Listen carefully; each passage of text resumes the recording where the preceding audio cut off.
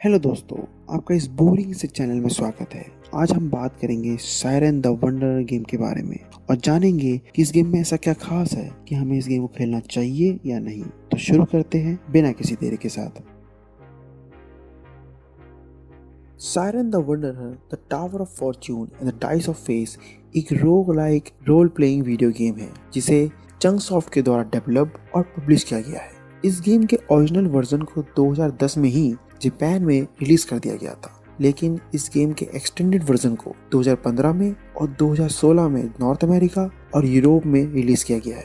ये game Nintendo switch, Nintendo DS, PlayStation Vita और Windows पर अवेलेबल है। अगर हम इस गेम की स्टोरी के बारे में बात करें तो वो काफी सिंपल है। इस गेम में ये दिखाया गया है कि ओयो नामक एक लेडी कैरेक्टर की तबीयत अचानक से खराब हो जाती है। इसके बाद उसका चाइल्डहुड फ्रेंड जिरोकिची उसे लेकर नजदीकी डॉक्टर के पास पहुंचता है। जब डॉक्टर ओयो पर कई सारे टेस्ट करता है तो वो इस निष्कर्ष पर पहुंचता है कि ओयो जिस बीमारी से अभी ग्रस्त है उसका इलाज करना असंभव है। ये बात सुन के जिरोकिची परेशान हो जाता है और डिप्रेशन में चला जाता है। तभी जिरोकिची की मुलाकात ताओ नामक कैरेक्टर से होती है और ताओ उसे टावर ऑफ फॉर्च्यून नामक प्लेस के बारे में जानकारी देती है। इसके बाद जिरोकिची और इस गेम में दिखाए गए अन्य कैरेक्टर्स उस मिथिकल प्लेस की तलाश में निकल पड़ते हैं।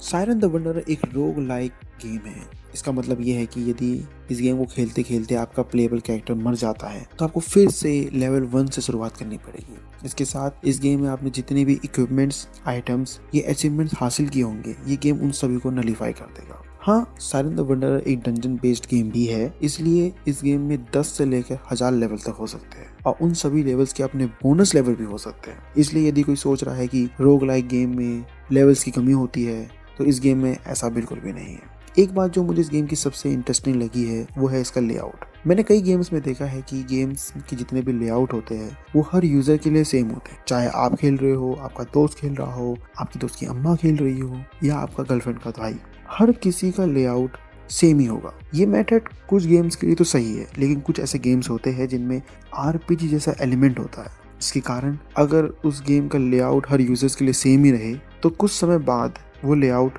उन यूजर्स को पसंद नहीं आएगा।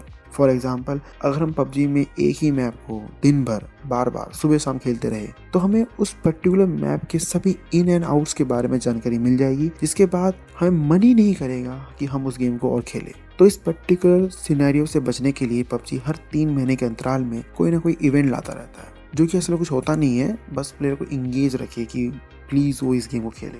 लेकिन इस पर्टिकुलर सिचुएशन को इस गेम में बहुत ही अलग तरीके से हैंडल किया गया है। इस गेम को इस तरीके से बनाया गया है कि प्लेयर जब भी इस गेम को खेलेंगे तो उनके सामने हमेशा एक नया ही लेआउट आएगा। अब आप सोच रहे होंगे कि इसमें क्या नया है, ये तो हर गेम में होता है, ये तो हमें वही बता रहा है जो हर कोई बताता है, और साथ में ये भी बोल रहा है कि इस गेम में 10 से लेकर 1000 तक लेवल्स है, तो कौन सी बात है, इसमें लेआउट की कमी थोड़ी ना होगी। हाँ, मैं आपकी बात से सहमत हूँ, लेकिन इस गेम में जितने भी लेआउट्स है वो फिक्स नहीं है। ये सभी लेआउट्स रैंडमली जनरेट होते रहते हैं। इसका मतलब ये है कि अगर आप 10 लेवल पर हो तो आपका जो लेआउट होगा वो 90 लेवल का भी हो सकता है, जिसके कारण हर लेवल को अच्छी तरह से खेलने के लिए आपको हमेशा नए टेक्निक्स, इक्विपमेंट्स और नए स्ट्रेटजीज बनाने पड़ेंगे, जो कि थोड़ा सा मेहनत भरा तो काम है, लेकिन इस फैक्टर के कारण प्लेयर्स को कभी भी ये गेम बोरिंग नहीं लगेगा। इसके अलावा जब भी आप इस गेम के किसी भी लेवल को पार करके नेक्स्ट लेवल पे जाओगे तो आपके सामने हमेशा एक जायंट मॉन्स्टर मिलेगा जिसे आपको डिफीट करना पड़ेगा,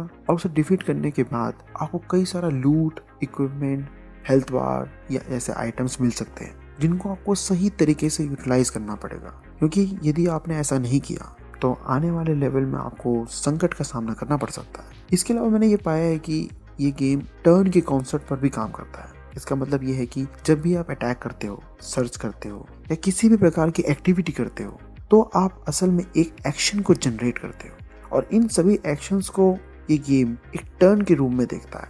इन सभी एक्शंस को रीड करके, एनालाइज करके ये गेम आपके लिए काउंटर स्ट्रेटजी तैयार करता है। इसलिए प्लेयर्स को अपने एक्शंस के प्रति काफ़ी ध्यान रखना पड़ेगा अगर उस गेम को सही तरीके से खेलना चाहते हैं तो। इस गेम कुछ ऐसे पॉइंट्स हैं जिन पे आपको काफ़ी ध्यान रखना पड़ेगा अगर आप इस गेम को अच्छी तरह खेलना चाहते हो तो।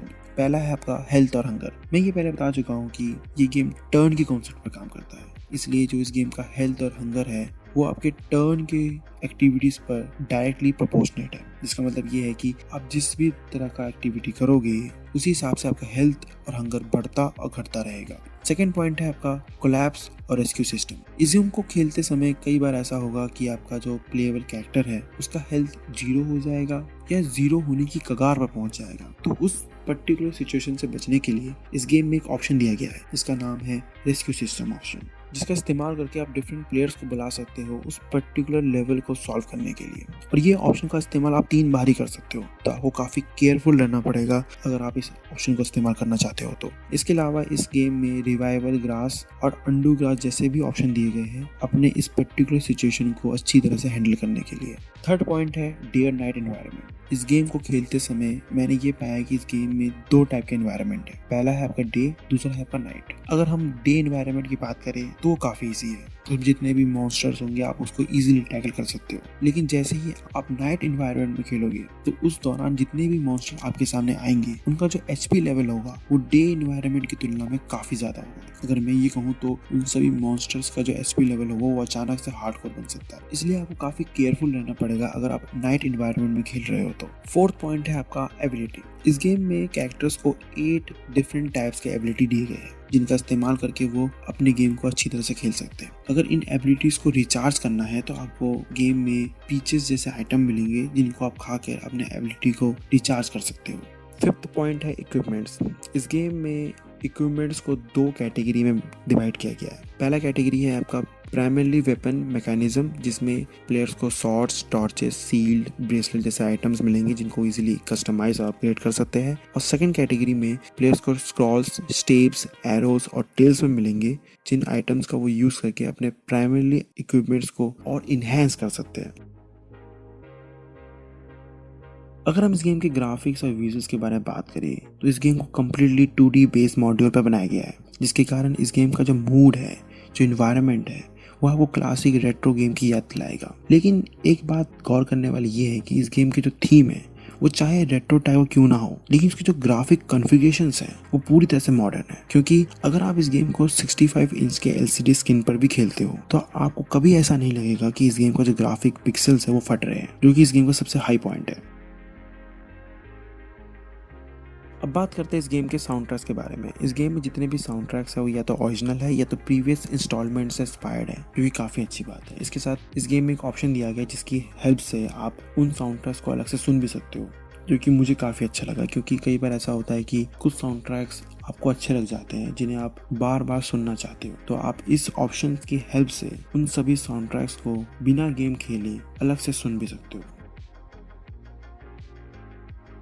इस गेम को कई बार खेलने के बाद मुझे ये लगा कि इस गेम को जिस स्पेसिफिक कैटेगरी के लिए बनाया गया है, अगर आप उस स्पेसिफिक कैटेगरी से बिलोंग नहीं रखते हो तो ये गेम आपको कभी पसंद नहीं आएगा। चाहे कोई भी गेमर आपको इस गेम के बारे में कितनी भी अच्छी बातें क्यों ना बता दे, लेकिन अगर आप उस स्पेसिफिक कैटेगरी से बिलोंग रखते हो तो इस गेम के कई सारे ऐसे पॉइंट्स हैं जो आपको अच्छे लग सकते हैं, जैसे कि इसका लेवल मैकेनिज्म, इसका इक्विपमेंट मैकेनिज्म, इसके ग्राफिक्स, इसका मूड, इसका एनवायरनमेंट एक्सेट्रा एक्सेट्रा। आखिरी में मैं यही कहूँगा कि इस गेम को स्ट्रेट फॉरवर्ड रिव्यू करना काफ़ी डिफिकल्ट है, क्योंकि ये गेम जिस स्पेसिफिक ग्रुप के लिए बनाया गया है उस हिसाब से ये गेम 7 से 7.5 रेटिंग का है। लेकिन अगर आप स्पेसिफिक ग्रुप से बिलोंग नहीं रखते हो तो ये गेम आपके लिए 4 रेटिंग का भी नहीं है। अगर इस वीडियो को देखने के बाद आपका रेट्रो गेम्स खेलने का मन कर रहा है तो इस वीडियो को लाइक, शेयर और कमेंट करना ना भूलें। तो मिलते हैं आपसे अगली वीडियो में, तब तक के लिए अलविदा।